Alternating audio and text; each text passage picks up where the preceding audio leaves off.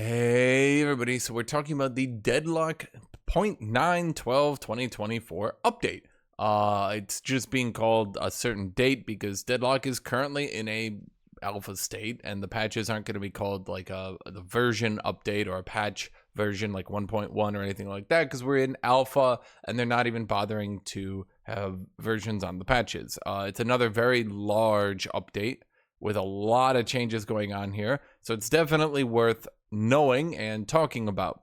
Now, this update I actually don't like compared to the previous update. The previous update 2 weeks ago I thought was really good. This update seems to take a lot of its cues from some recent tournaments that have happened, and I really don't think that's a good idea because of two reasons. The first reason, and I'm going to explain this before I go over these changes because I'm going to be referencing back to this for a bit.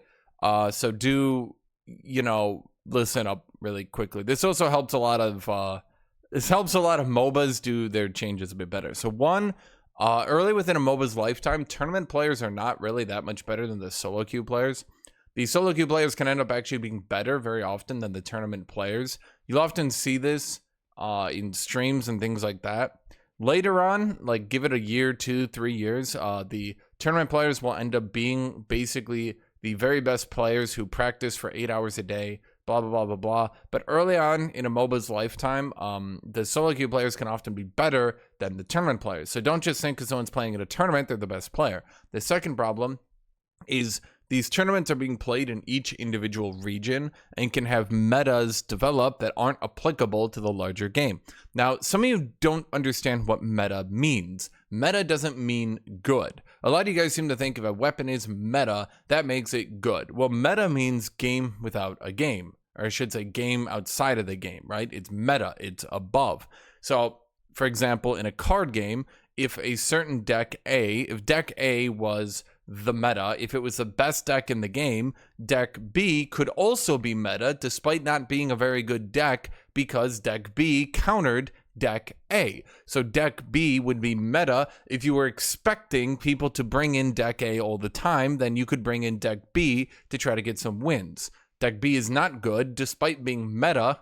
It just has the meta properties of countering another deck. So because the Deadlock tournaments are being played in certain regions and not by many teams, so the recent one was only Russian players and only 4 teams. So when you only have 4 teams playing in a tournament, all from Russia, you're not going to be developing a varied and large meta that can be more applicable to the larger player base. Do you understand what I'm trying to say here? So some of these changes seem weirdly tuned specifically at countering certain strategies or certain gameplays that aren't really the larger meta. Okay, so let's talk about the change that I think, in my opinion, is the worst change they did, period. Okay. This is a very bad change, and I think this was actually really bad for the game, and I hope they revert this at some point. All ability and item cooldowns increased by 6% globally. A small change here that doesn't really use that much of the patch notes, and yet is actually a very large change with very far-reaching implications. Let's talk about this for a second. Not only were ability cooldowns increased by about 6%, but then they went ahead and reduced cooldown reduction from putting points into abilities by the same. So once you put a point in Siphon Life in the previous patch, it went down to a 20-second cooldown. Now it's a 23-second cooldown. That means the cooldown of Siphon Life went up by 15%. Now it's happening even worse for Shoulder Charge, which isn't going up by a 15-second cooldown, but actually is going up by a 20%. So Siphon Life has gone up by 15% cooldown, and Shoulder Charge is going up by a 20% cooldown. I think that the developers might have misunderstood what they themselves were even trying to do, because this is actually a rather significant nerf.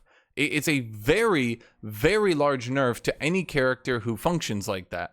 So we can see here, Exploding Uppercut doesn't seem to have suffered the same fate, going from a 10-second cooldown to a 10.8, but we can see here that Hook once again suffered the same fate that Abrams did. It went from a 10-second cooldown to an 11.5 cooldown, an increase of 15%.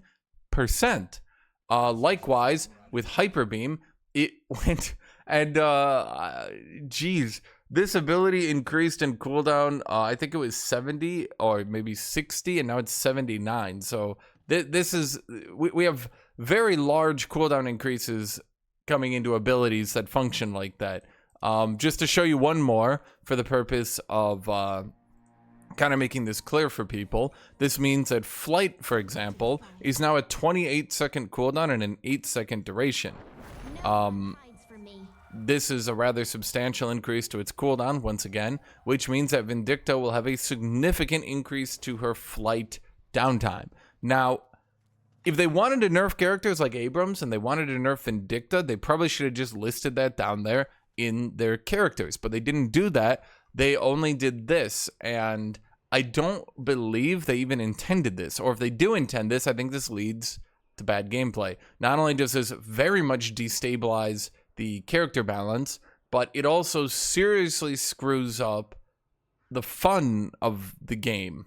A lot of people know this is a gun. We all know this is a gun game, right? But when we de-emphasize items and abilities this hard, and we push for gunplay to be way more important, I don't think that's good for the game. Items and abilities being very important was good for ensuring that people with bad aim could still enjoy the game, because let's be real, FPS games are extraordinarily sweaty, and you do need equalizers to make sure that the very best of the best players aren't just completely dominating everyone else with no hope of anyone else even competing. MOBAs, generally speaking, already have a lot of skills and a lot of requirements that they need to have.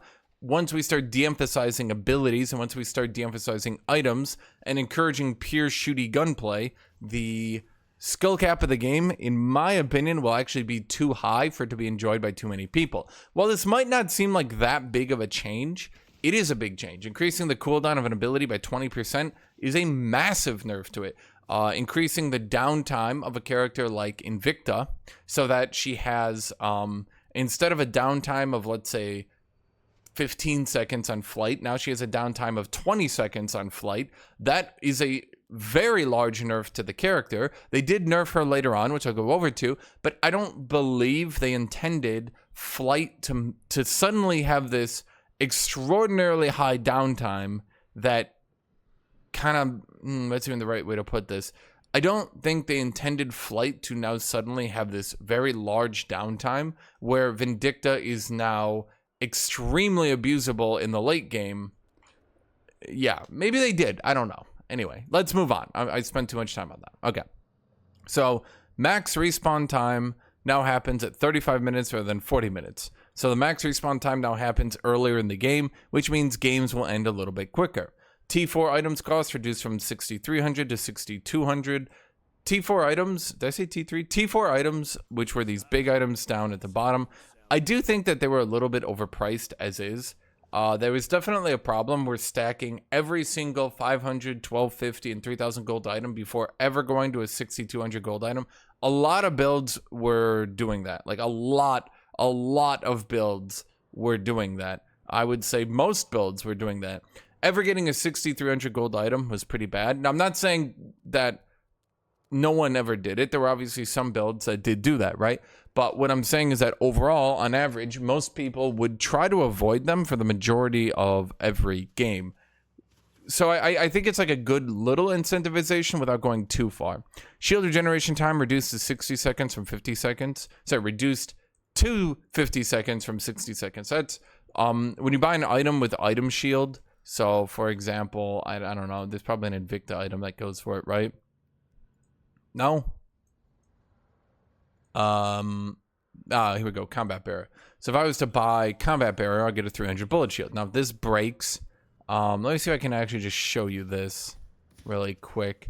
It'll only take a second. If I can show you visually. Basically, when the effect breaks, when the 300 bullet shield breaks, it then, you can see it goes on cooldown right here, and that cooldown will now be 50 seconds rather than 60 seconds. This makes bullet shield items significantly better in the laning phase, and it also makes them a bit better in the late game. But primarily, I would say this affects Giga Bullet Shield or Spirit Shield items in the late game, the ones that have like 600-700 shield, and it affects the laning phase because a lot of abilities, I should say a lot of items for the laning phase, things like Combat Barrier or Spirit Punch, which got massively nerfed, but these items were... They obviously were good in the laning phase, and they're just going to be a little bit better. I think it's a fine change. I think the shield regeneration time was a little bit long for a MOBA. Maybe it should have like the regeneration time reduced by level, because in the early game it's not so bad, but like once you start hitting the late game, you will never get that shield back twice. You'll never get it back ever, and it kind of makes them not scale as much as they seemingly were intended to. So there's a bunch of changes with wall jump. Most people don't even know how to use wall jump, so I'm going to skip that. Rope climbing speed was increased, but while you are taking non-dot damage, it is decreased. So one of the problems was ropes were a bit too good at escaping combat, but they were too good at escaping combat, simply put. It was way too common for people that were being attacked to just instantly get on a rope. Now, when that happens, as you can clearly see here, you have to make the decision, do I continue to try to shoot at someone, or do I try to get on the rope myself? Well, the choice was you had to basically stop shooting them entirely and run away to go get on the rope yourself, because they would run away so quickly that maybe you could get like 1 second of shooting on them. You know, you only got this much time, and then they were gone. And then you would have to go do that. And if you were back there shooting at me the whole time, I'm already out of here. I'm gone. You can't possibly catch me now. And so that was a bit of a problem, I would say, because ropes are just too good at escaping, which led to some crappy gameplay. But now you're a bit faster by default, but then you're slowed pretty substantially while climbing. So instead of being 13 movement speed while climbing, you'll now be somewhere around 10. Improved melee heavy hit registration. Now, I play a lot of Abrams, which you might notice, but I definitely think the melee hit registration, now, if they mean that they're reducing it, that's good. I think it's good if they're reducing it, because it was clearly a bit, not reducing it in total, but let's say there's a lot of wonky situations happening where, for example, here to here, because my opponent dodge rolled away right at the end of it, I sometimes got hits like here to here. And definitely when I was playing against people using heavy hits, I would see someone start charging a heavy hit, I'd be shooting them, I'd go for the dive away, and then I would still get hit. So, they're coming at me with a melee hit, you go, oh, okay, you dive away, and then you get hit, and something was wrong with that. I don't really know what to say. I hope something's wrong. Successful parry cooldown reduced from 0.5 seconds to 0.25 seconds. So I'd have to see in game what precisely this means, because this does have some stipulations. This should mean that when you successfully parry, you can now basically instantly parry again, which should stop people who are stun immune from just heavy attack spamming and getting some of them through. It should mean that if you just continuously parry, you can't just continuously heavy attack and eventually sink hits through. That should be what it means, but I'm going to have to look in game personally if that's what it actually means. Okay. Walker beam max range reduced by 20%. The sticky portion after being acquired, I think, is a good change. The walkers, the big defender turret type things, if you like walked past them, sometimes they would shoot you from bizarrely far away, which led to some really unfun situations. I don't think it wasn't very applicable all the time, because most of the time you would break line of sight to get away from them. But every so often, you wouldn't break line of sight and you would just walk away from them, and they would just shoot you from freakishly long range and do like an extra 500 damage. Okay. Most of these aren't really that big a deal. Fixed medic troopers sometimes using their heal on guardian boss. Annoying, but not that common. Melee trooper hitbox improved. I didn't really notice an issue. Fixed alt fires not working with conditional bonuses. It's very specific. I'm not going to go into it. Fixed multiple heroes getting the power-up bonus by standing on it before it spawns. I didn't notice this. Okay. So now let's go to item changes. Okay. Headshot booster. Bonus damage reduced from 45 to 40. Okay. Headshot booster was definitely an interesting item. Whenever you headshot an enemy, where is headshot booster? There we go. Whenever you headshot an enemy, you got 40 damage on a 7.5 second cooldown. Didn't this used to be a 6 second cooldown? How did 6 second cooldown become 7.5? What a colossal nerf. Holy crap. So it went from, I swear this was a 6 second cooldown, unless I'm going insane. So it was a 6 second cooldown going to a 7.5 second cooldown, which is absurd. Then the bonus damage goes from 45 to 40. So I did mention this earlier. Headshot booster, I'm doing this for a reason. People that are bad at aiming, so like all you had to do was hit the headshot once to get the bonus damage, which meant that if you had a shotgun, you basically were guaranteed one of those pellets was going to headshot. Maybe not on the first hit, but definitely on the second or the third. Headshot booster was really strong in the laning phase for pressuring enemies out. This double nerf is extremely, extremely, extremely big. I'm not sure I agree with that. They're definitely not listing that a lot of items and effects seem to have their cooldown massively increased. So for example, Soul Rebirth didn't get its cooldown increased at all. So this patch note here, this is why I don't like this. Not only is it a bad idea to begin with, but this is not 6% globally. Some abilities and some effects are increased by 5%. Some are increased by 10 to 15%. One was increased by 20%. So definitely Abrams is like massively nerfed by this. I didn't personally check every single character, but you're gonna have to check every character because this is kind of a big deal. Bebop, for example, I think if his ultimate was a 60-second cooldown after putting a point into it, it nearly increased by 40% cooldown, which is just insane to me. But I'm gonna move on. Okay. High velocity mag, weapon damage reduced. Small changes like this, I'm probably not gonna go over directly.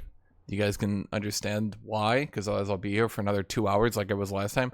Restorative shot. Now, restorative shot, I'm going to go over that one specifically because this one is kind of a big deal here. Restorative shot is a item. It's pretty powerful. Now, I stopped buying it the majority of the time because it doesn't scale that well.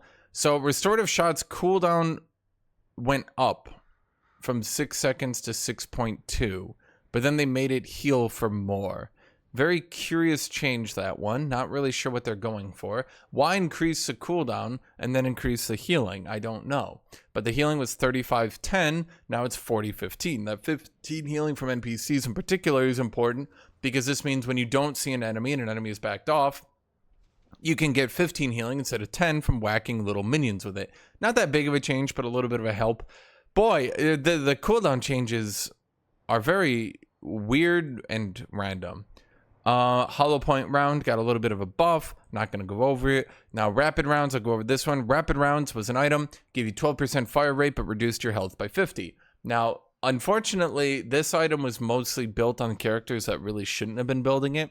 Minus 50 HP was very impactful in the early game for a lot of characters, but not impactful for the tanky characters. So you would often see rapid rounds built on characters like Moen, Krill, or Bebop, the tankier characters, and not built on characters like Vindicta, who seemingly were the characters designed for you to get the early fire rate. So it no longer reduces the health by 50, but now the fire rate was reduced by 12% to 9%. Overall, I would say this was a nerf to the item, but it seems to try to push it more towards who is actually supposed to be building it. Active reload, lifesteal reduced by 22 to 20%, or so I should say from 22 to 20%. Active reload, you guys probably know what that is. If not, well, once again, I can't spend too much time on it. Lifesteal in this item, lifesteal in this game is too high, and I'm glad to see they're reducing it over and over again. Active reload in particular was not that hard to use and was giving way too much lifesteal.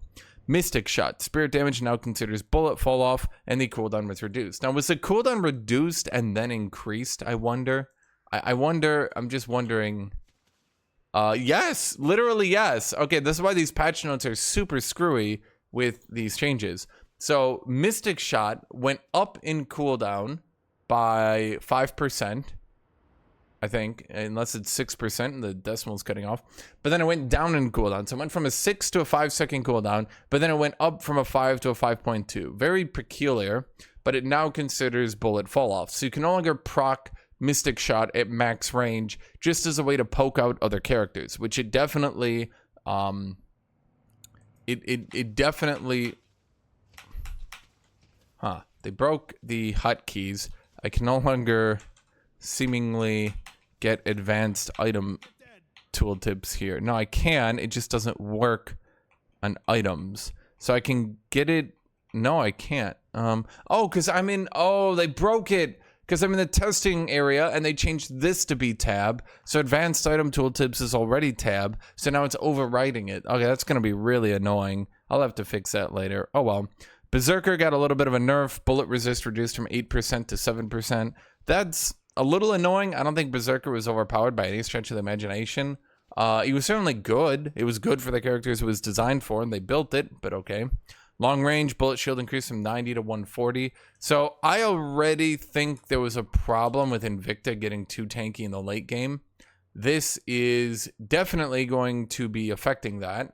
Getting an extra 50 bullet health. Vindicta does get nerfed later down, decently. A little bit of a buff, a little bit of a nerf. Overall, I would say a nerf. But they're noticing that Vindicta is definitely a problem in the laning phase.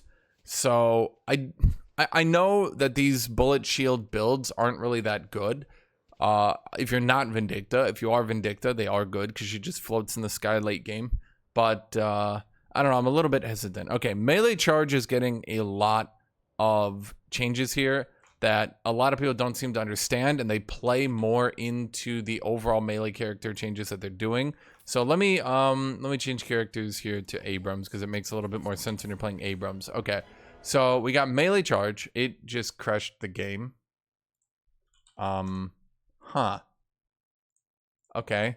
Well, while we're reloading here, I guess let me try to explain it then. So melee charge now has a cooldown effect. That cooldown effect gives you 20% more damage on a heavy attack and the reload. The reload is no longer on every heavy attack, it's just on the cooldown. Now, I don't think there's any character in the game that I know of that can, I can't think of any character personally, at any rate, who can unload their weapon faster than 8.5 seconds between the cooldown. I mean, maybe Mo and Krill with a super fire rate build. But realistically, it's just... Okay, it didn't crash this time. Okay, good. Realistically, the only character building melee charge and the only character using it like that is going to be Abrams. So we can see here, now I'm shooting, and let's see here. Can I unload my entire gun before it comes back off cooldown? Yes, actually, I can. Okay, so there'll be a little bit of time here. Okay, there'll be a little bit of time here. Unfortunately, that's not going to be as impactful as you're hoping, unless you're literally sitting there holding left click, shooting the entire time. Most of the time, you're going to have things like Berserker, random drops from urns, things like that, giving you more ammo. I don't think this is really going to be that big of a nerf. That's just my opinion. It'll obviously be a little bit of a nerf to put the cooldown on the ammo reload. Overall, I would say the item was actually being buffed, though, and let me explain why. So the bonus damage applies flat every 8.5 seconds, right? Do you guys get that? But in addition to that, the melee heavy distance is just a flat item effect. Some people think that they put a cooldown on the increased charge range. They did not. That did not get an increased charge at all. Now, one thing I actually need to check here. Does that mean some items, if you miss them, go on cooldown? No, this one does not go on cooldown if you miss it. Maybe if it's parried, you don't get the ammo. I don't know. But basically, melee charge overall got buffed. This will make more sense later on, really quickly. But for now, it got a little bit of a buff, maybe a little bit of a nerf, depending on how you look at it. But it does mean, I guess hypothetically, Abrams can't shoot all 9 shots. Melee hit, shoot all 9 shots, melee hit again.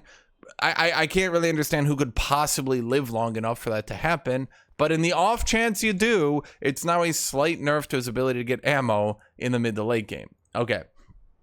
Soul Shredder bullets got a little bit of a buff. Not really that impactful. I'm not going to go over it. Fleetfoot got, I would say Fleetfoot got a decent nerf here. Now, Fleetfoot was a popular item for people that were roaming and things like that. So gain bonus movement speed and ammo. So this item, when you activated it, you got more ammo and you got movement speed. Do you get it? Okay.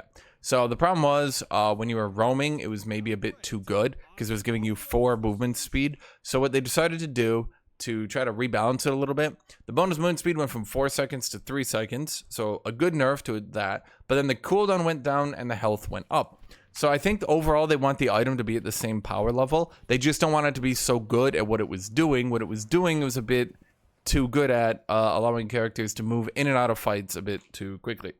Okay. Warpstone range reduced from 13 meters to 11 meters. Warpstone definitely... Fleetfoot had a problem, but Warpstone had an epidemic where, like, everyone was building Warpstone because it was just too good at moving your character too far. And, I mean, you can see... Yeah, let me see if I can... Yeah, now, not so much movement here. A decent chunk, like maybe from here to here is less movement. So definitely a good chunk less movement, okay? And I would definitely say that this was a good nerf. Warpstone was becoming way too common on basically everyone. Heroic Aura, active movement speed reduced from 3 to 2. Now, I did say this was going to be a problem. Support items got across the board buffed in the last patch. I didn't really think they were that weak, but they kind of buffed them across the board. I did mention that support items weren't being built in solo queue because people don't play support in solo queue. Despite support being pretty good and a lot of people liking it, it just really wasn't that good in solo queue because you have to rely on your teammates. I mean, it was perfectly fine. It was perfectly viable. I shouldn't say it wasn't good. It just wasn't built. So I did an across-the-board buff to like every single support character. I should say every single support item. And then they kind of came out a little bit overtuned. Shocking. So now they're going back and reeling that buff back a little bit. They're reeling that buff back a little bit and trying to balance them a bit more. Burst Fire now gives 70 HP, which... is definitely a bit of a big buff here. Yeah, Burst Fire. Briefly gain fire rate and movement speed in 1 of your bullets hits an enemy hero. The cooldown went up by a little bit, from 8 to 8.5, but the 70 health is actually pretty good. It's a 3,000 gold item. 70 more health is actually pretty good for it. Definitely makes it a bit more interesting of an item. I'm not entirely sure what the balance is here on orange items. The, what are they called in particular? The weapon items. A lot of them are vying for slots, and there's not that many slots. So a lot of them, the balance on them is getting kind of screwy. Okay. Sharpshooter. Bullet health increased from 175 to 200. They're really trying to push the bullet health builds.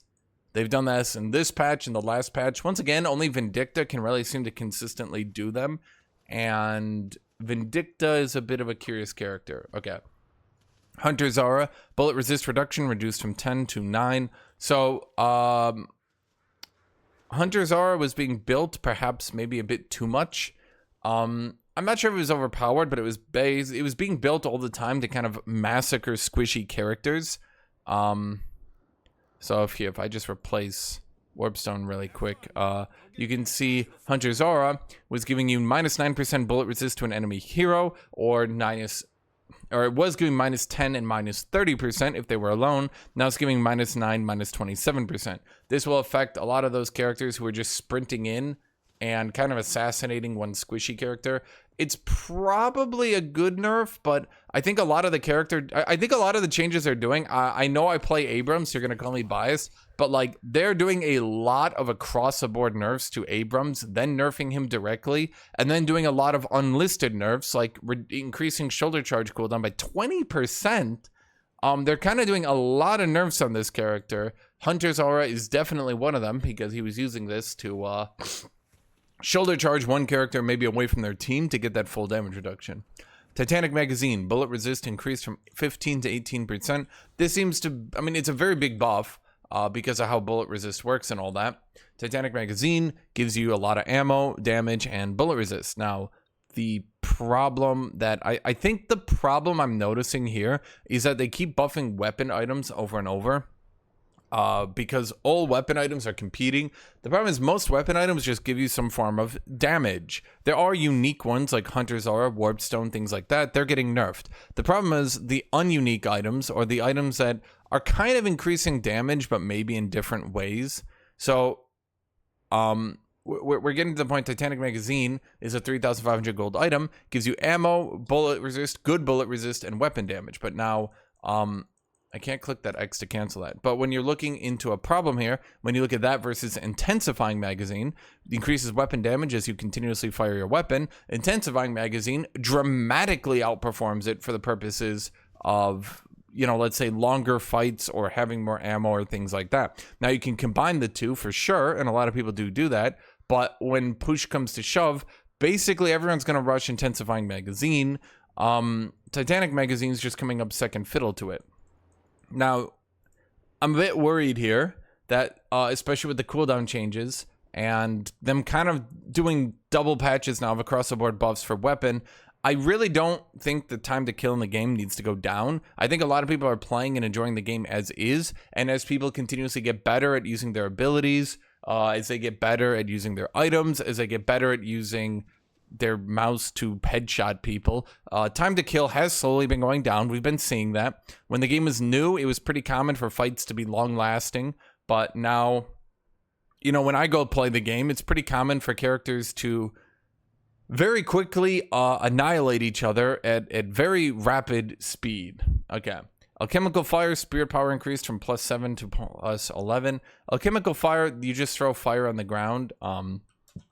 I keep forgetting that it's not, An excellent choice. I should get some gear. Did I buy Alchemical Fire? Yeah, okay. Is it here? Okay, so Alchemical Fire, you do that. Obviously it has a bit of an issue. Let's put it that way. It obviously has a bit of an issue. It's a long cooldown. It does do damage, and it does cause you to do additional weapon damage to your entire team, to people inside of it, which is good. And I'm not saying that it's bad. It's very niche. Giving it 4 more spirit, it's a good buff. Once again, though, we're kind of getting to what I'm saying here. Now we're, you know, buffing all these weapon items and definitely buffing burst items. The time to kill in the game went down last patch, and now it's going to go down this patch. It's going to continue to go down even further and further and further as people get better. I think maybe some of the changes might be overly focused, let's call it that, on people who haven't learned to play the game that much yet, on trying to decrease the time to kill for your average player. But, you know, when you look at the higher ranks and you look at some of those replays, people are dying quite quickly right now. Okay. Glass Cannon, max stacks increased from 5 to 7. Glass Cannon was definitely an interesting item, maybe a bit more niche. The minus 15% max HP was definitely big. The weapon damage of 70% was amazing. The fire rate was amazing. The movement speed was amazing. So it gave you these huge buffs, but then it slashed your max HP. So each hero kill grants permanent weapon damage. Death results in the loss of 1 stack. So Glass Cannon as of now at max stacks of 7. Personal opinion, I think we might be verging on this item being overtuned. You only lose 1 stack when you die, but when you get a kill, you get a stack. So if you got 2 kills and died, maybe if you're sitting in the back of the fight, this item will just slowly stack up to very high damage amounts. Definitely in team play, and definitely at the higher ranks, and definitely when people get better at the game, having one character who sits in the back and just racks up massive damage will become more common, particularly if more characters get released in the game. As of right now, I mean, who are your long-range carries? You have Vindicta and sometimes Great Talon, but he mostly builds Spirit, right? But if they start releasing more long-range characters or more snipers or things like that, more characters will be able to use this. This is kind of my problem with buffing these air-quote glass cannon builds that rely on bullet shield, is they're basically just directly buffing Vindicta. They're not buffing every character, they're only buffing Vindicta.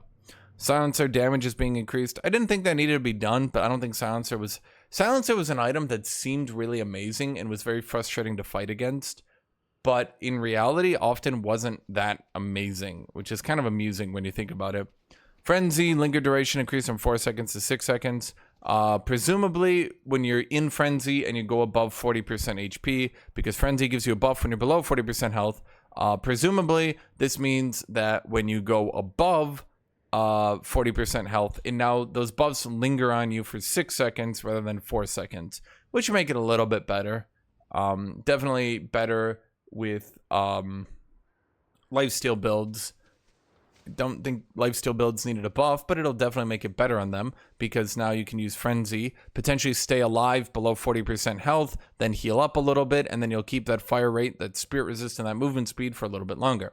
Now let's go to Vitality. Healing Right now gets 3 spirit power. Healing Right was an item that everyone always talked about as if it was good when it was never good.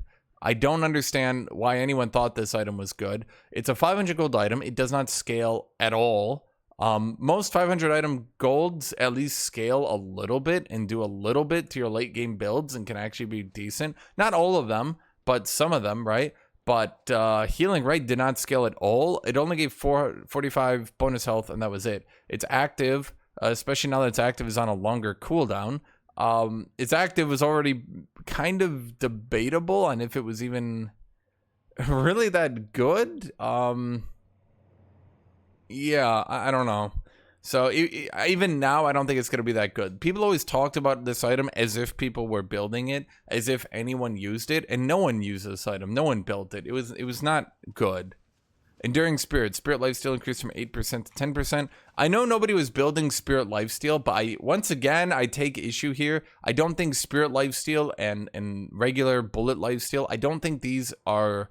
I think they're a bit overtuned right now, and I don't think this item was good, and I don't think anyone should have built it, and now it'll definitely be a lot better. For sure, it'll be a lot better, but I don't really think it needed to be better because I don't think that, like, Spirit Lifesteal scales outrageously good and is found on a lot of early game items, like Bullet Lifesteal 28% here, right? Spirit Lifesteal 23% right here. Now you got Enduring Spirit for another 10% right here. It scales outrageously good on early game items you can just sit on. Yeah. Okay. Health Nova now requires Healing Right. Now grants 4 spirit power. Range reduced. I guess Healing Right can now build into Health Nova, so it scales a little bit better. I don't think it's showing it properly on the UI. But I guess Health Nova now costs 500 more gold. Its range is reduced a little bit, and it now gives 4 spirit power. So it seems to be one of their attempts at nerfing support items, because support items have been, they overtuned them by a little bit last patch. Yeah. Divine Barrier, Bullet Shield reduced, and Spirit Shield reduced. Divine Barrier was obviously an item that gave Bullet Shield and...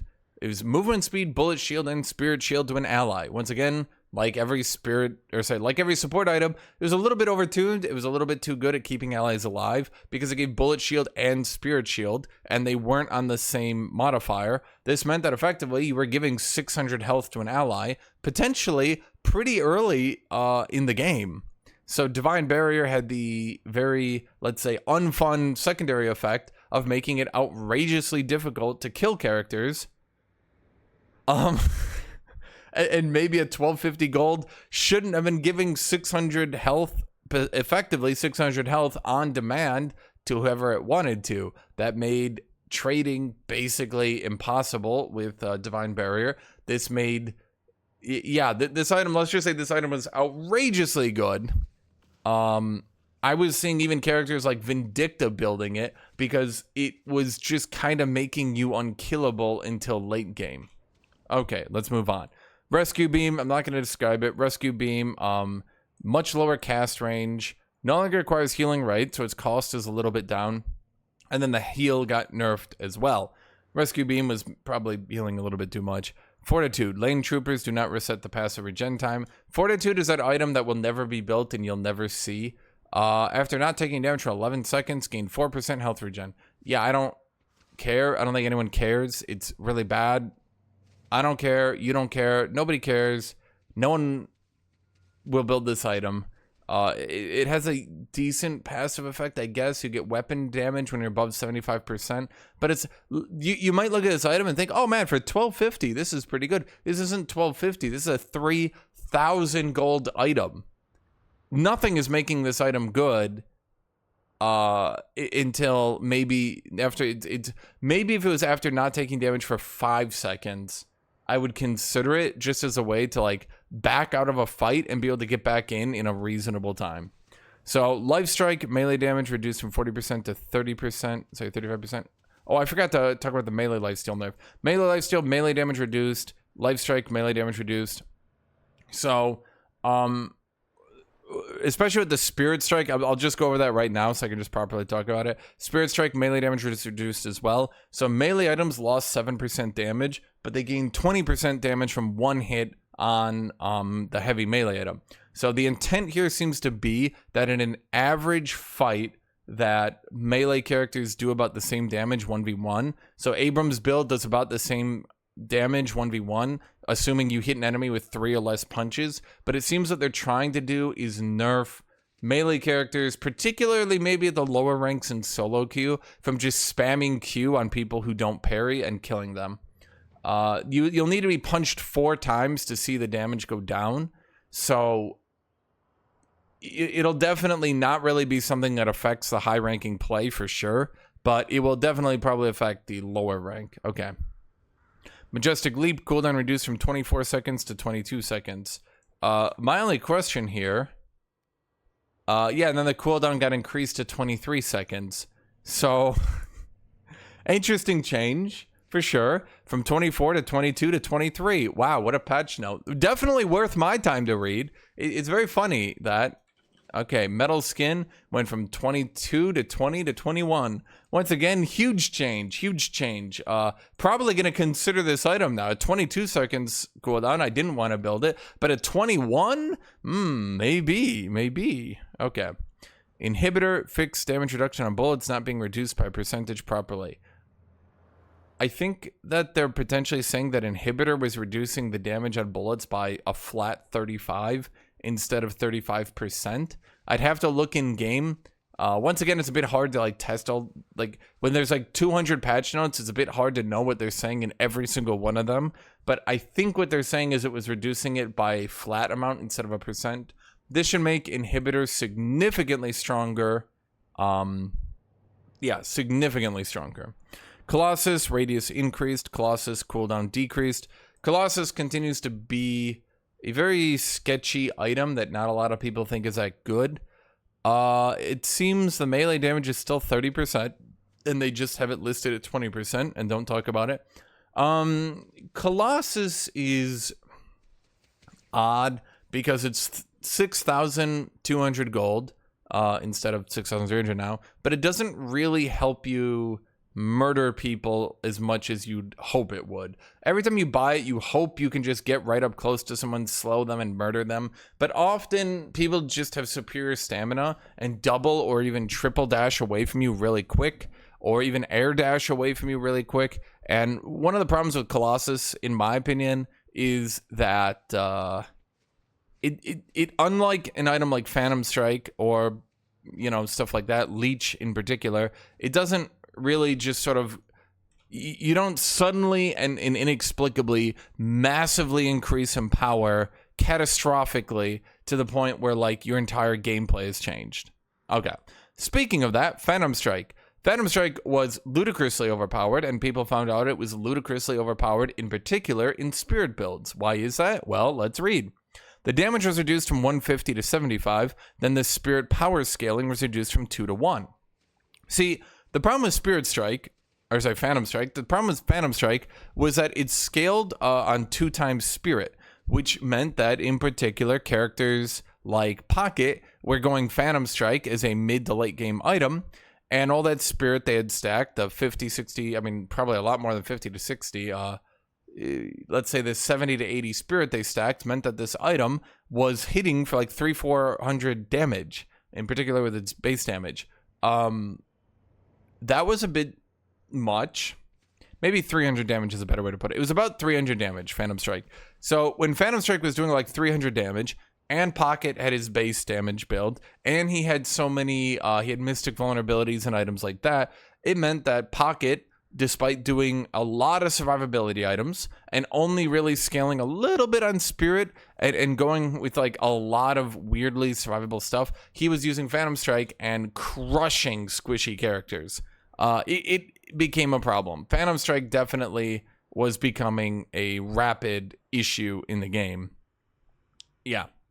Soul Rebirth no longer grants 20% weapon damage and cooldown reduction reduced. Okay, so I did talk about Soul Rebirth in my last video. When they buffed it, I was like, oh, that's a big buff. And I was like, I build it, so I appreciate them building it. But I wasn't really sure it was a good idea to be building it and buffing it that much. The downside was once everyone reached late game, and I'm talking like late, hyper late game max item builds, everyone would build Soul Rebirth, and it was kind of very overtuned. Let's say that. It was very overtuned. Yeah. And Soul Rebirth kind of became a legitimate problem. Let's say it became a legitimate problem. Yeah. Okay. Unstoppable. Fix not being able to prevent disarm properly. Unstoppable being able to fix disarm is kind of a big deal as well. It didn't do it previously. Now it does. I think that affects some characters a lot more than this little patch note. But we'll get there when we get there. Just make a mental note. This will definitely affect some characters a lot. Spirit Strike melee damage reduced. Spirit Strike debuff duration reduced. I don't know why they buffed the debuff duration. It was like 9 seconds, something like that. They increased it to 13. Now they're reducing it to 11. Weird change, but sure. They're reducing its Spirit Shield from 100 to 80. Then they're reducing its regen from 1 to 0.8. Spirit Strike was probably a bit overtuned, but I think nerfing it across the board this hard is a little bit too much. If they wanted to nerf its melee damage reduction, that's fine. But as we're going to quickly be seeing, the characters who mostly used it, Abrams and Bebop, not only are they getting directly nerfed really hard, but they're getting side nerfed really hard, and now a bunch of their items are getting nerfed really hard. I don't think the developers are properly understanding that triple nerfing characters tends to have compounding effects really hard, and definitely is going to be impacting this game a lot. Yeah. Mystic Reach. Spirit Resist increased from 5 to 6%. Ability range increased from 15 to 16%. Now, remember, Spirit... Is that... Mystic Reach? I don't know. Mystic Reach being buffed does not affect Improved Reach. Improved Reach has its own effects on it right there, as you see. This just means putting that 500 early gold into Mystic Reach makes it a little bit stronger. I'm not sure Mystic Reach was really weak. I'm going to be real with you. It was often not built until later in the lane or maybe in the mid game because, you know, early in the lane, you don't really need ability range. Spirit Resist is okay for sure, but I don't know. I don't think it was really that weak of an item. This seems to be a buff because you're bored. Okay. Extra Spirit increased from 8 to 9. The Spirit items in this game continuously have a problem. The items that only give Spirit, all of them kind of have a problem where they're not really that good. They're not really that good. So this is a second patch where they're being buffed. It gives Spirit Power, Health Regen, and a little bit of bonus HP. Not that amazing, but a little bit better. Sure, why not? Now, Ammo Scavenger is getting a big change here, which is actually kind of a big deal. Ammo Scavenger is getting a change here. The neutral kills now count as soul capture, and the buff duration was increased. Ammo Scavenger, anytime you secure or deny a soul, you get ammo back and gain stacking Spirit Power. Now, this stacking on the neutrals means that Ammo Scavenger can be used to absolutely jackhammer through the neutrals, because you'll be restoring ammo every time you kill a neutral, which allows you to continue to just hold left click and chew through them. And then the duration being increased means you can now very much more easily get from a lane to a camp, back to lane, and continue to get that entire buff. There's a max stacks of 12, meaning if you play this well, you can have effectively 24 Spirit indefinitely with Ammo Scavenger. Questionable decision here. I can definitely see this being a problem down the line. It'll take a little bit of time to stack it, maybe a minute and a half. Later in the game, it won't be as good, obviously, but right when you build it, I can definitely see some characters being able to use this to maintain 24 permanent Spirit, and I can definitely see it being a little bit of a problem there. The duration increase and neutral kills definitely I can see this being a problem, but we'll see. Withering Whip, fire rate slow increase from 30 to 40. This is an item that not a lot of people know about because no one builds it. Target an enemy to apply a fire rate slow and reduce their bullet resist. It's an item. It does exist. I'm not saying it's the worst item ever, but surely not one of when they're sending their withering whip, they're not sending their best. It's not a bad item, and I might even potentially build it now on some characters for sure, but it's definitely an item where you have to get the drop on a fire rate character, and you have to be bursting them down to make it useful. So it's definitely an item, and it's definitely way better now, but we'll see. Okay. Slowing Hex, projectile speed increased, probably for the best. Slowing Hex, I think, got nerfed last patch. Sometimes I noticed that projectile just took a bizarrely long time, to the point where characters like Warden would go Slowing Hex, use it on an enemy, and they just dash away twice and be outside of his range by the time the Hex even managed to hit them. Okay. Quicksilver reload, damage increased from 50 to 65%. Not really that amazing. It doesn't scale. It only has a flat damage modifier. You can see it doesn't have it doesn't have the man, I'm trying to find another one to compare it to. You can see it doesn't have the green symbols next to it, so it doesn't scale the damage. It's just 65 flat. It's okay. Some characters use it in some situations. It's okay. It's just a flat 15 damage buff. It's okay, I guess. Surge of Power. Imbued ability now grants 10% fire rate when used. Surge of Power was okay. Some characters used it. It was mostly actually used on Mo and Krill to get movement speed on their burrow. It was mostly used for that. It was not, ironically, mostly used for characters actually looking for it to get the fire rate bonus. So that's a bit odd. But it does mean there will now be some characters. At 3,000 gold, the problem is it's going to be a bit of a tough sell, in my opinion, to pick up a 3,000 gold item to just get some spirit power, and a spirit power on one ability, non-scaling, just a flat 34 forever, and then a fire rate bonus. Fire rate is okay, but just to get a flat amount of spirit power on one ability, some fire rate bonus, and some movement speed, it's a lot. 3,000 souls, gold, whatever you want to call it. It's a lot to spend on one item here that isn't giving that much. Mo and Krill use it because the movement speed is actually really impactful for their burrow, and that's about it. Okay. Rapid Recharge now grants 12% weapon damage. They nerfed Rapid Recharge on the last patch really, really hard.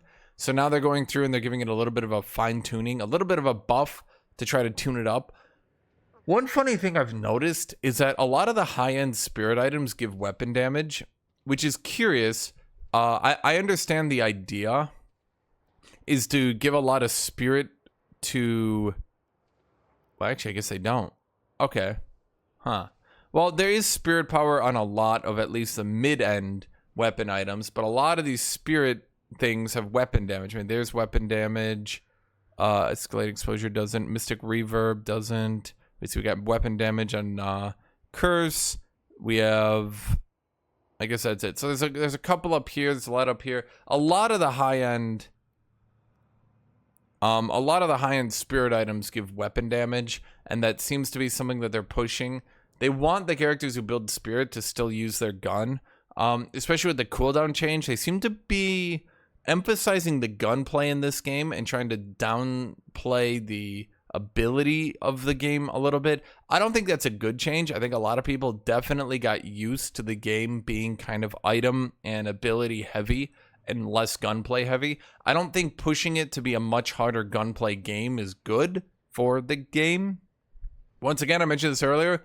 I think it kind of, yeah, I'm not going to dwell on it too much. You know my opinion. I definitely don't think that it's good for the longevity of the game, let's say.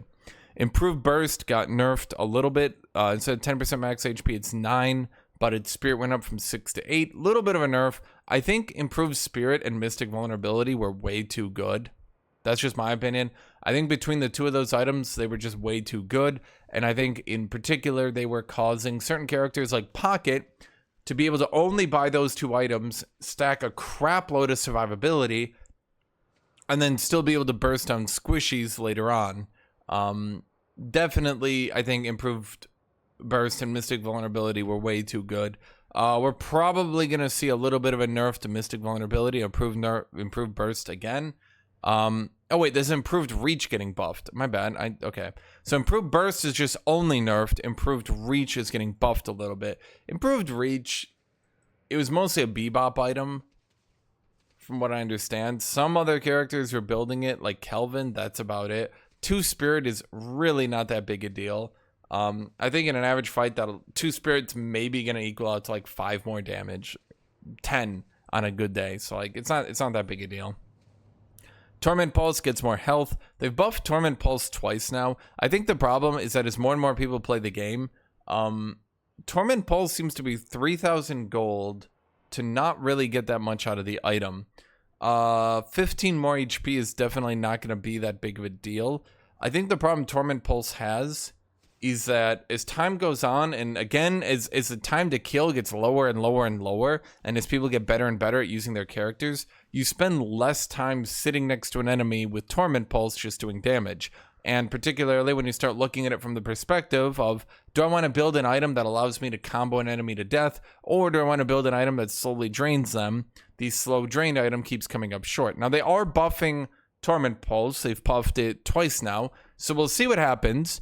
Maybe they keep buffing it every patch and it keeps pace and it's good. I don't know. Silence Glyph gets its Spirit Shield nerfed by 50. Okay.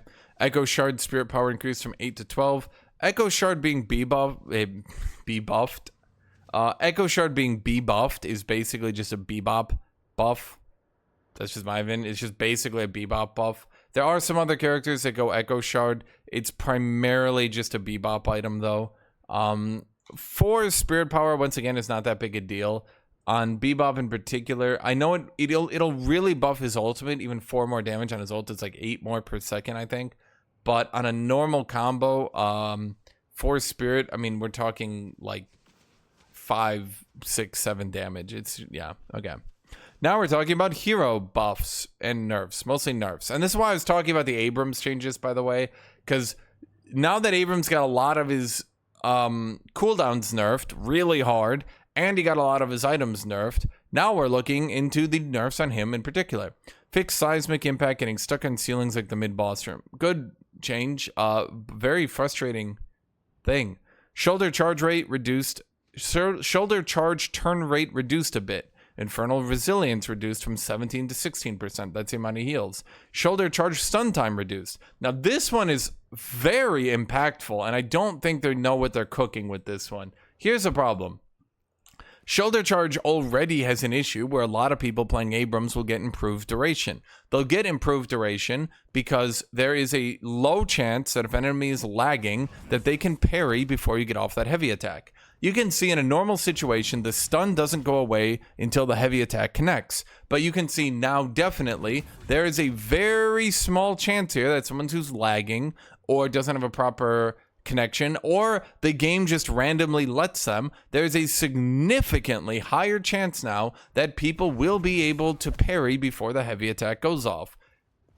Reducing the consistency of Abrams, I think, is a very bad thing to be doing. Abrams should not be getting less consistent. It's very much a bad decision to make him less consistent, because if you get parried, you basically die from full for free.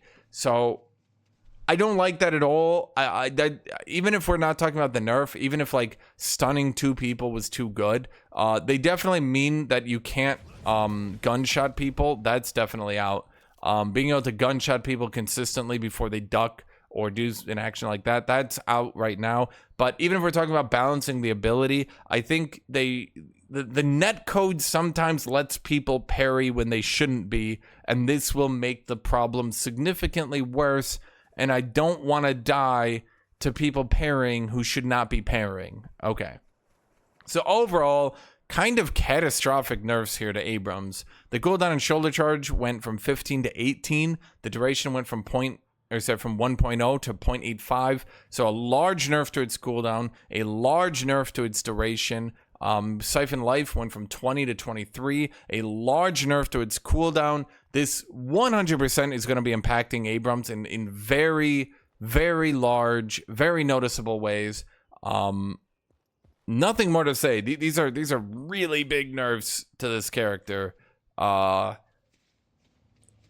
we're not even talking about the Infernal Resilience nerf. We're not even talking about the shoulder charge turn rate nerf.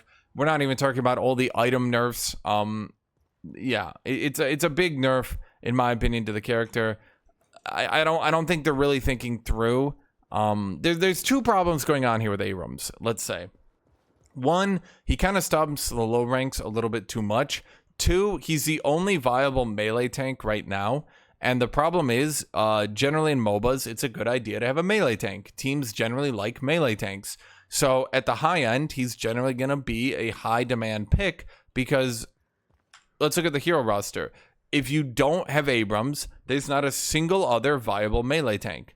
Even the characters that were originally pitched as being melee tanky kind of characters like Bebop or Viscus, they aren't melee tanks. Mo and Krill is not a melee tank.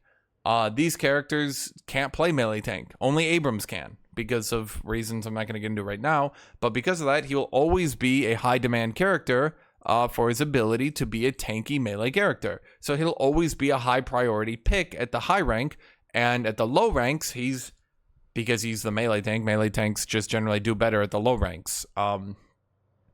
I think in addition to people realizing you can double jump to avoid his ultimate, I definitely feel this is going to be impacting Abrams a bit too much. Blue Boy might be sitting a little bit negative win rate for a bit, which is fine because I'll go to Bebop. Except they're nerfing Bebop like really weirdly. It's like a nerf and a buff, which is odd, but we'll see. So Uppercut no longer roots your hero during cast time, which is a good change. I think that's a good change. It was kind of weird that you had to stay rooted for so long. It was pretty common that you would like use it. If I could, here, let me show you here. You'd use it, but then you'd be like locked in the animation for so long that enemies would often just sort of walk back up to you. But now you can kind of like start getting away at the end of the animation. Good change, definitely improves him. Bebop can now keep firing if he jumps and his laser is already warmed up. This was a very weird thing. Bebop couldn't jump with his laser. It would turn off again. Bebop's laser already has this weird cast time that makes him really jank to play. One of the reasons people go double bomb Bebop is because like trying to do shooting Bebop or melee Bebop is like really hard. So if I can see here, if I'm starting to shoot an enemy and I go in for a melee hit, wait, I need to charge a melee hit and now I need to charge it. Do you see the problem here? Bebop is kind of really curious, let's say that. Bebop is curiously unplayable as an actual gun character, and particularly as a melee character. It just doesn't work on him. It just doesn't work at all. The only way to play the character is as a double bomb character. Reverted recent change to make hooks of an alternate mode to pierce through allies and enemies. So if I believe properly...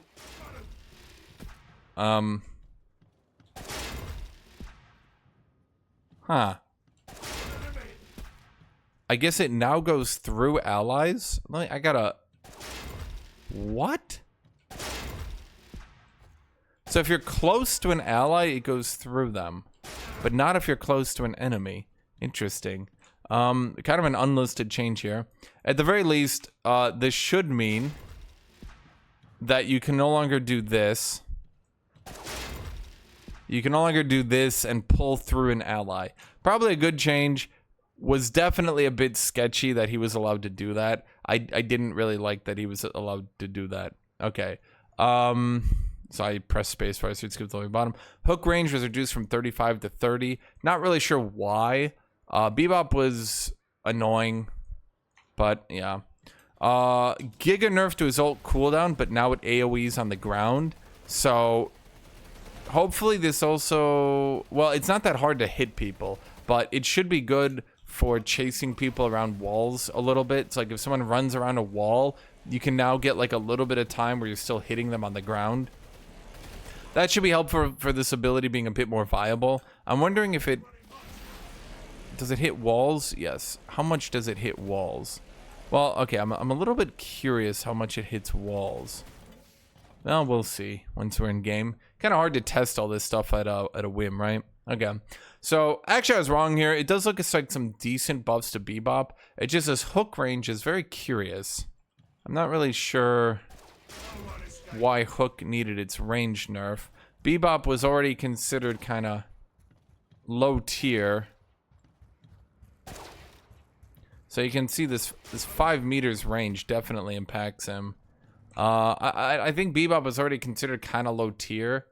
Double bomb was frustrating, but it was actually really easy to counter him. If you went debuff, remover, or ethereal, or anything like that, it would just straight remove the double bomb, which meant A, he didn't get his stacks, and then more importantly, B, he didn't do any damage. And considering, as I've showed you, double bomb is his only viable way to play, it's really bad. It's really, really bad for a character to only have one viable way to play that's really easy to counter. Okay. Rejuvenating Aurora no longer gets canceled when stamina is used. That's probably a good change. I didn't realize it was canceled when stamina was changed, even though I think the character was like kind of like overpowered. Oh, where is it? This one. I didn't know this one got canceled if he sprinted. That's annoying and definitely should not have been in the game. Rejuvenating Aurora tier 3 reduced from 4 to 3.8%. Apparently not. Apparently it's still 4%. Who knew? Okay. Yeah. Maybe it's listed as 4% and actually it's 3.8. Kinetic Pulse T1 reduced from 40% slow to 35%. Good nerf on his Q. This ability was ludicrously overtuned. I still think it's a little bit overtuned, but taking it down from a fire rate and movement slow of 40% to 35% definitely goes a little bit away to making his trades a little bit more losable. His trades were kind of unlosable because the second he got 400 souls and put 1 point in Kinetic Pulse, he literally could not lose trades. Slowing someone's fire rate by 40% and reducing their movement speed by 40%, and then also doing 100 damage, basically he just automatically won trades. His gun got nerfed into the ground and basically does no damage in the early game anymore. I mean, not literally none, but significantly less, let's say, than other characters. Because this ability was just so weirdly overtuned, he kind of had to be. Okay, Quantum Entanglement cooldown increased from 11 to 12%. Shouldn't that... And then it goes to 12.5. What a patch note. So, in a lot of ways... No, this ability, despite having the nerf on its cooldown listed in the patch notes, it was actually nerfed less than Bebop's cooldowns and Abram's cooldowns. It went from 11 to 12.5. That's a 1.5 increase. 1.5 flat increase. Bebop got a 1.5 flat increase unlisted. Abrams got a 3-second cooldown increase unlisted. So, little bit odd, that one. Okay, Great Talon, fixed issues with charge shot, hitting targets behind walls. Yeah, there was an issue with that. I thought the hitbox was just so massive that it hit anyway. Are they saying they nerfed its hitbox? Because I'm not really sure how you would nerf that issue in particular. The problem was charge shot just had such a huge hitbox, it couldn't miss anything. It couldn't hit a worm in a barn. So I couldn't miss a worm in a barn. Okay.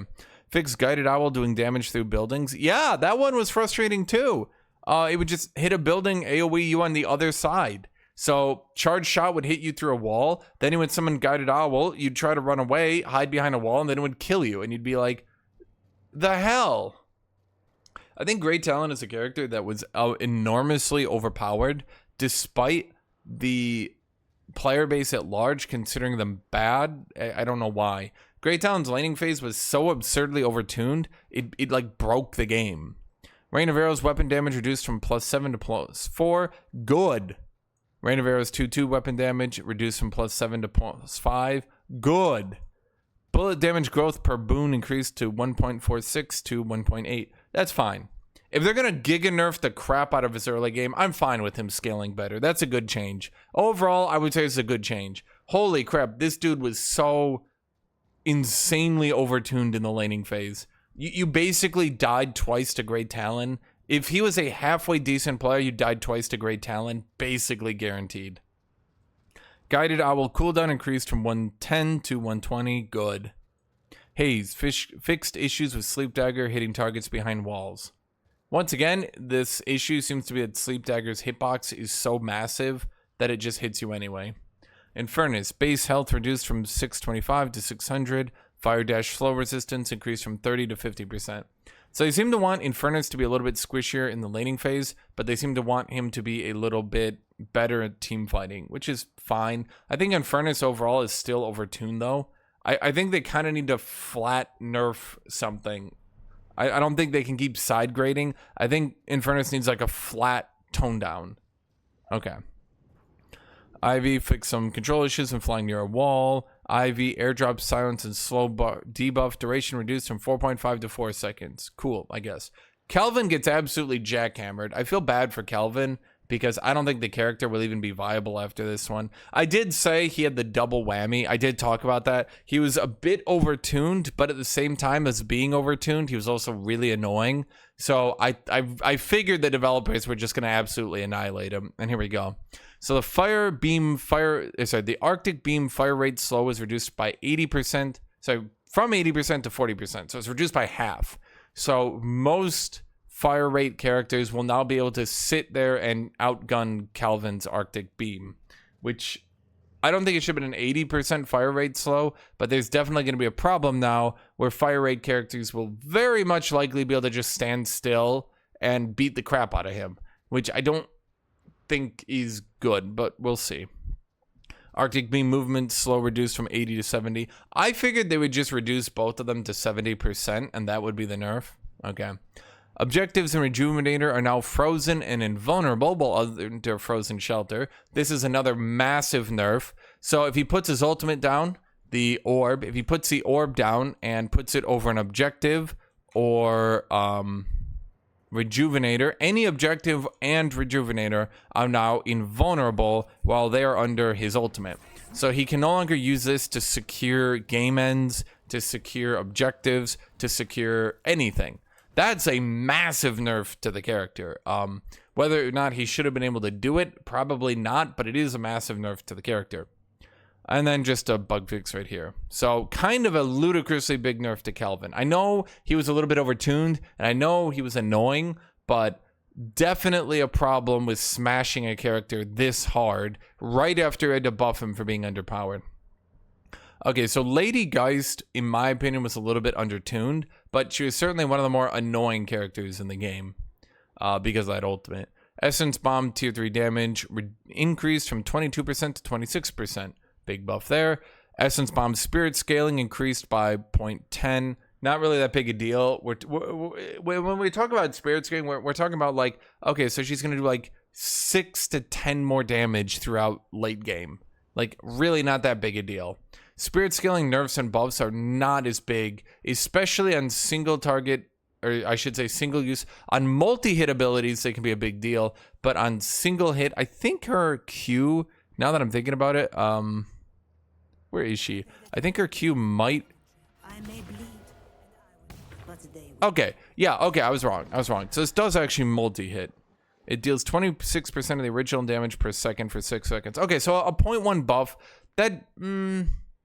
26% though. I mean, we're talking about the difference on a good day. We're talking about maybe she's gonna get like 10 to 15 more damage out of the ability now. Not that big a deal, but a buff is a buff, I suppose, right? I guess between these two changes, going from 22% to 26% on the dot, then getting more spirit scaling on the ability itself, I guess between these two changes, her one will definitely be doing a good chunk more damage. Not like a huge amount, but like a chunk. Not even a chunk. It'll be doing like a slap of more damage. Do you guys like these? Yeah, these are great analogies. Huh.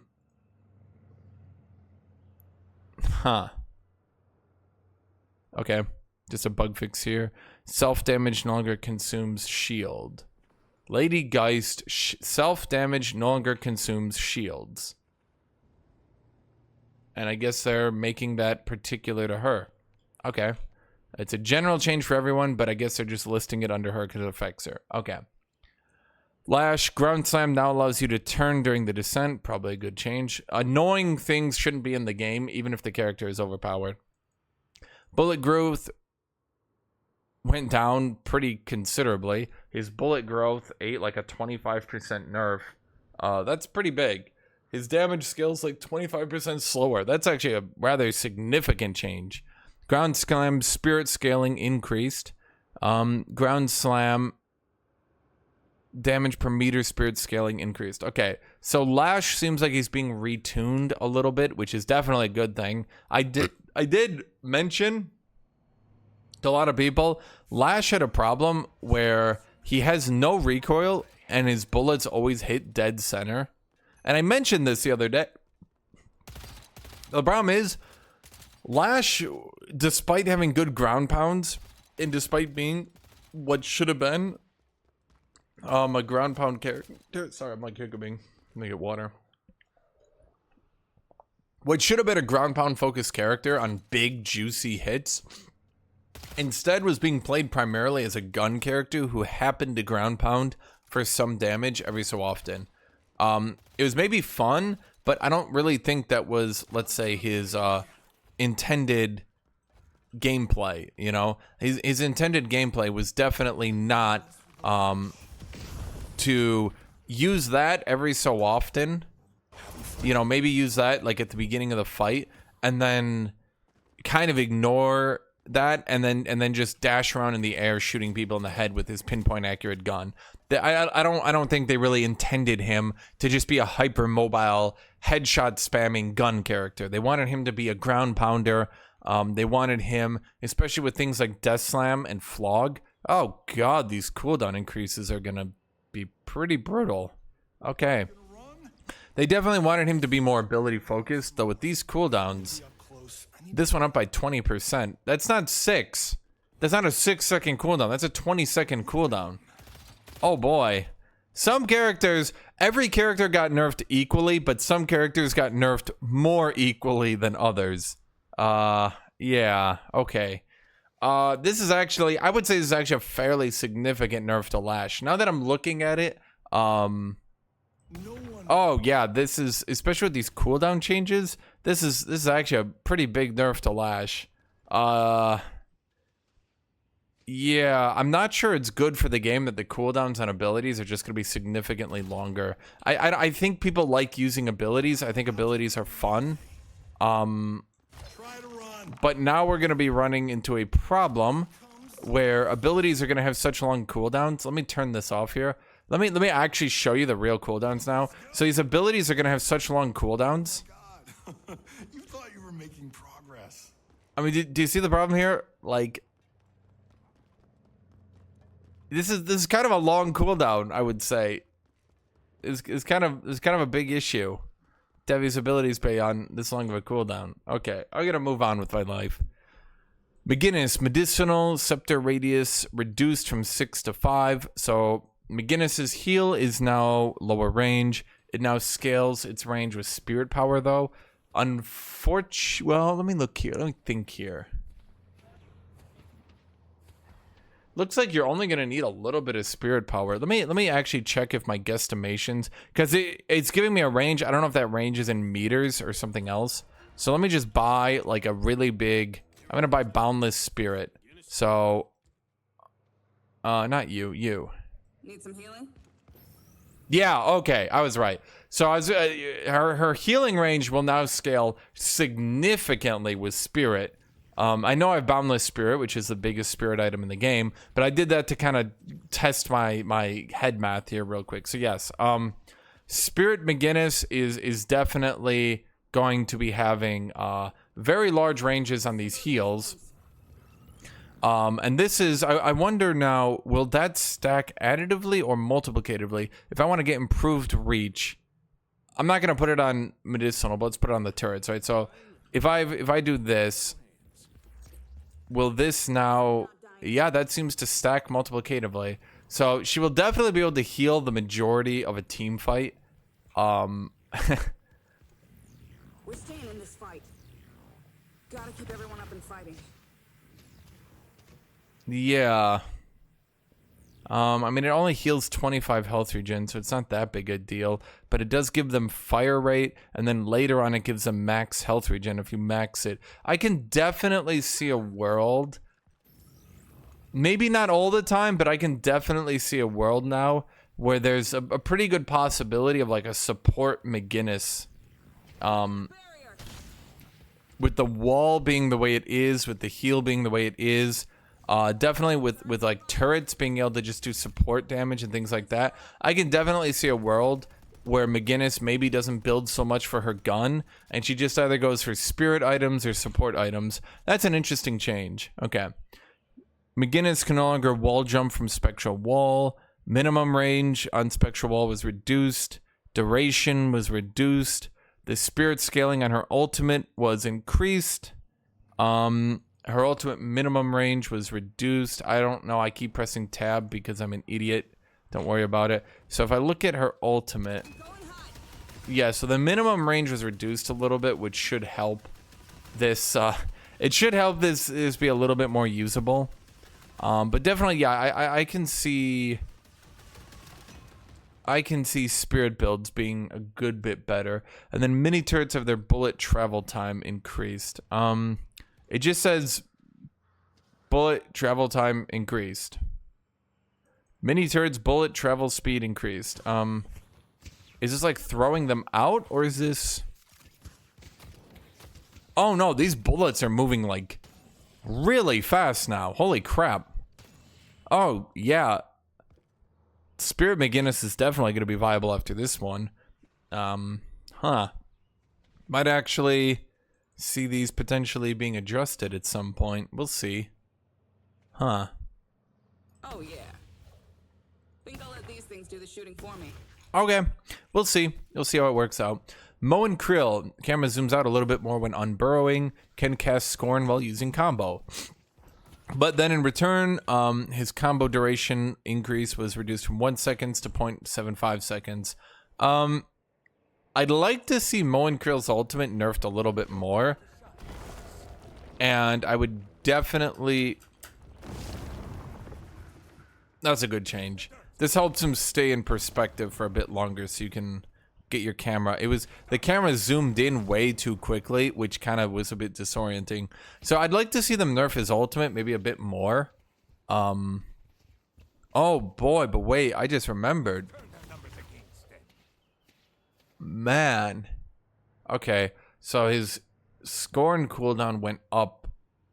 I wonder, does that affect... Oh yeah, it's gonna affect this dude because he... Oh boy. Oh boy. Yeah, he didn't get nerfed by 6%. Not as bad as Abrams, but Burrow went up by a 20% cooldown. Scorn went up by about a 9% cooldown. Sandblast went up by 15% cooldown. Combo went up by about 11% cooldown. So not 6% developers, not 6% at all. These are pretty large cooldown increases. I highly suspect the characters more focused on fire rate. I highly suspect those characters are going to be doing a lot better on this patch. So it's good to see haze buffs, considering how oh, there's no haze buffs. Sorry, haze nerfs. Oh, dang. So Haze is definitely going to be the most powerful character in the game. Mark my words on that. That's pretty clear to me. Haze will 100% be the most overpowered character. There's no question in my mind. Maybe potentially McGinnis if some of these changes are as good as I'm thinking, but probably not. I don't think... it's a little bit of a cope to think McGinnis will be that much stronger, but some of these changes can be highly impactful. Mini turrets no longer missing their shots at mid-range will be significantly more impactful than you're thinking. Okay. Nothing with that. Okay, Pocket. Pocket, I thought Pocket was going to get nerfed. A lot of people thought Pocket was overpowered. Here's the problem. Increasing the cooldown on every item and every ability directly impacts Pocket really hard. because he really liked to stack items and his abilities to kind of become invulnerable for extraordinarily long periods of time. Increasing all cooldowns will no longer allow him to go invulnerable for that often. And this will 100% impact him in a very, very, very big way. In addition to his items getting nerfed as well, we saw nerfs on Warp Stone and things like that, or Warp, whatever it's called, the Blink Dagger item thing. So we saw nerfs on that, and now we're seeing direct nerfs on Pocket. Barrage slow was reduced as well. So Barrage amp per stack was reduced. Barrage slow was reduced. So Pocket is getting an absolutely massive nerf on this one. And now I'm going to go ahead and wonder how badly were his cooldowns hit. It just occurred to me, I don't know his cooldowns off the top of my head. I think Flying Cloak went up by another 20% cooldown. So a 20% cooldown increase on Flying Cloak is absolutely massive, especially when we factor that in to things like, I'm trying to find it here. Why can't I find it? Am I blind? Warp Stone went up in cooldown as well. So Warp Stone going up in cooldown, Magic Cloak going up, or sorry, Magic Cloak, Flying Cloak going up in cooldown. Enchanter's Satchel also went up in cooldown. Looks like it went from 10 to 12. So Pocket is kind of getting kerploded here. Pocket's shotgun is way more accurate than I thought it would. No wonder dude does way more damage at mid-range than I was thinking. Okay, so I definitely think there's going to be a problem here. Pocket's probably going to need to get buffed after this one. I hate the character, and I think he was overpowered, but holy crap, this is a bit brutal. Absolutely jackhammering his late game damage by slapping down, where is it? Phantom Strike. Slapping down Phantom Strike, then nerfing the character directly, then nerfing all cooldowns, which hits him probably the hardest. It's a bit rough. So we finally have some big nerfs to 7. Thank God. Okay, so 7 no longer gets 8% bullet resist by default for absolutely no reason. He no longer gets 1% spirit resist per level for absolutely no reason. So 7 will no longer be randomly tanky for absolutely no reason. His headshot reduction was increased because his head... Well, I don't know if you guys noticed this, but that dude got a fat head. It's a little big. It's a little big, and it's a little hard to miss. So, yeah.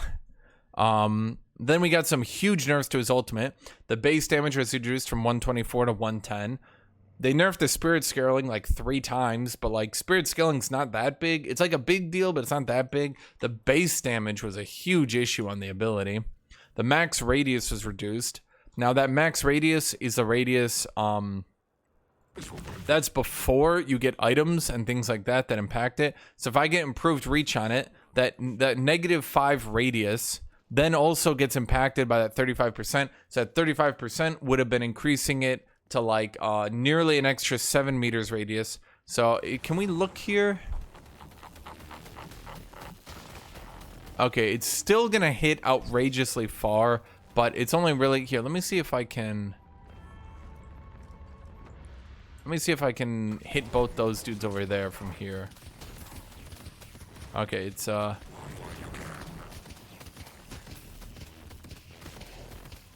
I'm either not hitting them or I'm not.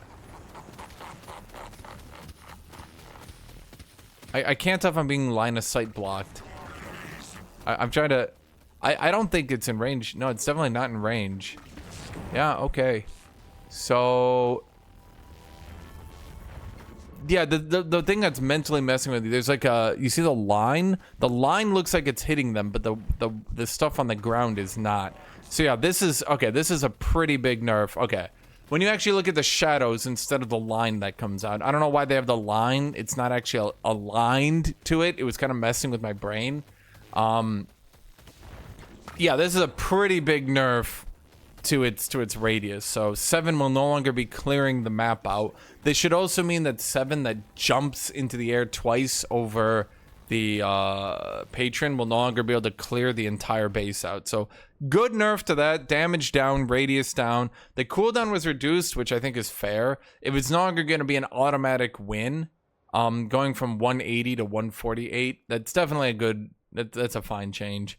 And then the audio is now a little clearer when it's cast. So, in other words, the only buff was he gets less headshot damage, which is fine. Dude's got a fat head here, right? But no longer being tanky, his ultimate no longer being an auto win. This character was blatantly the most broken character in the game. Whichever team got 7 basically just automatically won. It was quite frustrating. It was quite very frustrating. Particularly at the high ranks, once people actually knew how to play 7, he was basically just an automatic win. At the low ranks, he was really good, but at the high ranks, he just basically straight automatically won the game. It was quite annoying. So really good big nerfs on 7 here. Okay. Shiv fixed issues with serrated knives hitting targets behind walls. Was it just that the hitboxes were too big? I'm curious. Okay. Slice and dice damage was reduced. Good. That ability was nuts. That ability was absolutely insane. That was not acceptable. Slice and dice also went from a 10-second cooldown to a 12.2. This impacts Shiv pretty heavily as well. Because here, if I show you this really quick, oh, I need to turn off no cooldown. Let me build up my rage here. Because you can see, yeah, because it would hit characters twice, the cooldown would go down really low. So instead of going down to a 6-second cooldown on hitting people, it now goes down to an 8.2-second cooldown when you hit people. That's really impactful, and definitely makes this character more manageable, in addition to the flat damage nerf, meaning he no longer hits you like you just saw Jesus. Okay. He no longer clears damage from 50%. That was reduced to 40%.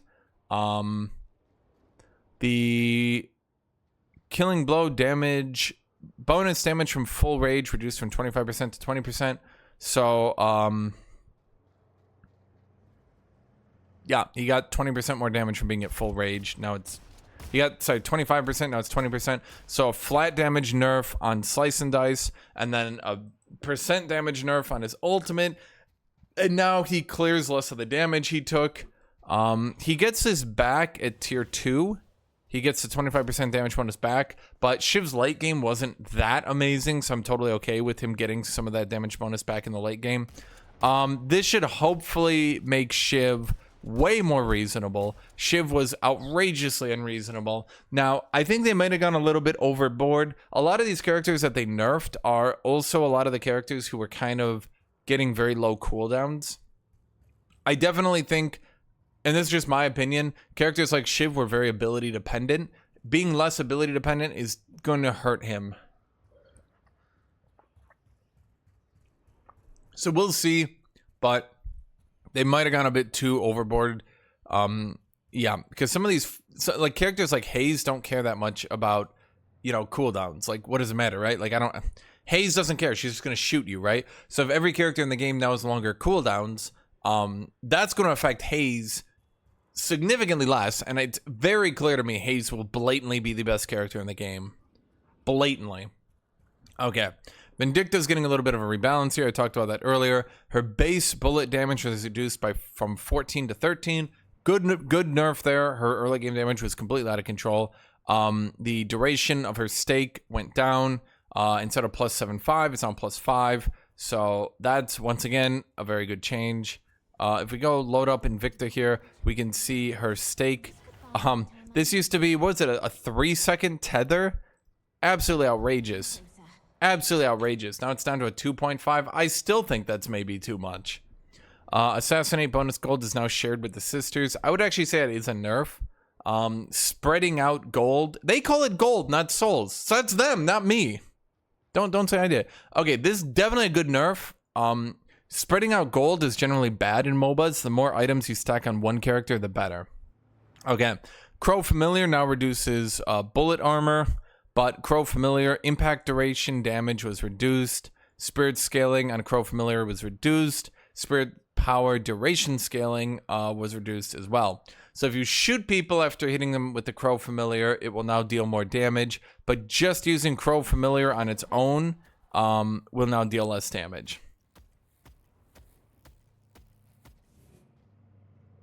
What the hell? Wow, that's huh. I never noticed how much damage Crow Familiar did. That's a little bit nuts. That would explain a lot. You can now use stamina while flying. So if we load this up real quick here, we can now whoop, whoop. It's okay. It's not blowing my mind. In particular, it doesn't really blow my mind because it's not that much distance. And then if she lands after doing that, she's just completely screwed. So it's not that big a deal. Assassinate now does 20% more damage when getting a headshot. Probably a bad change. Vindicta was already overly skill dependent as a character. Making her even more skill dependent is definitely a bad thing in my opinion. Is that not a headshot? Huh. Okay. I don't like this. I don't like this at all. I don't like Assassinate doing more damage when getting a headshot. Sure, it makes her feel better, I guess. But, like, Vindicta should not be a higher skill cap character. She is outrageously overpowered and has a 44% win rate. It's not good for the game. Overall, I think the cooldown changes will probably impact Vindicta less. I'm just a bit worried because they dramatically increase the downtime from her fly, which did need to happen, yes. But it happened at a pretty considerable rate. I definitely think Vindicta will overall actually get buffed from these changes, though. If now that I kind of like read the entire patch at once, if I go back here, I have to leave sandbox here. If we look at her DPS is still. I need to make sure to clear out everything because it doesn't track properly. Her DPS is still, yeah. I mean. She's still got one of the highest DPSs in the game, even after that nerf here, which makes her outrageously hard to trade with. Even though she's got negative 10% bullet resist, she's still outrageously hard to trade with because she does so much more damage than everyone and has so much less bullet fall off than everyone. It's definitely a problem here. Let's put it that way. It's definitely a problem. I do think it's a good nerf, though, to turn down her damage. It's a good nerf to tone down her stake duration. These are both good nerfs. The Crow Familiar thing I'm a bit iffy about, but I think it's overall a good thing to encourage her to not just use Crow as a poke, but to use it to actually shoot people. This change isn't really that big a deal. Let's talk about Viscous. Huge nerfs coming out here. Viscous, I guess I was wrong in my earlier video. I guess I'm willing to be wrong. Viscous's poke was proving to obviously be a bit too much for the squishy characters. Here's the problem. Increasing the cooldowns on a character who's already cooldown dependent is really harsh. So all the cooldowns in the game went up, and he's obviously a very heavy cooldown dependent character. So for example, here on the punch, Puddle Punch went from, like, I think I don't remember off the top of my head, but it was a 16 or 15 second cooldown. Now it's 18.5. So punches will have nearly a third of a minute cooldown, right? So that's a big nerf there. We look at the cooldown here.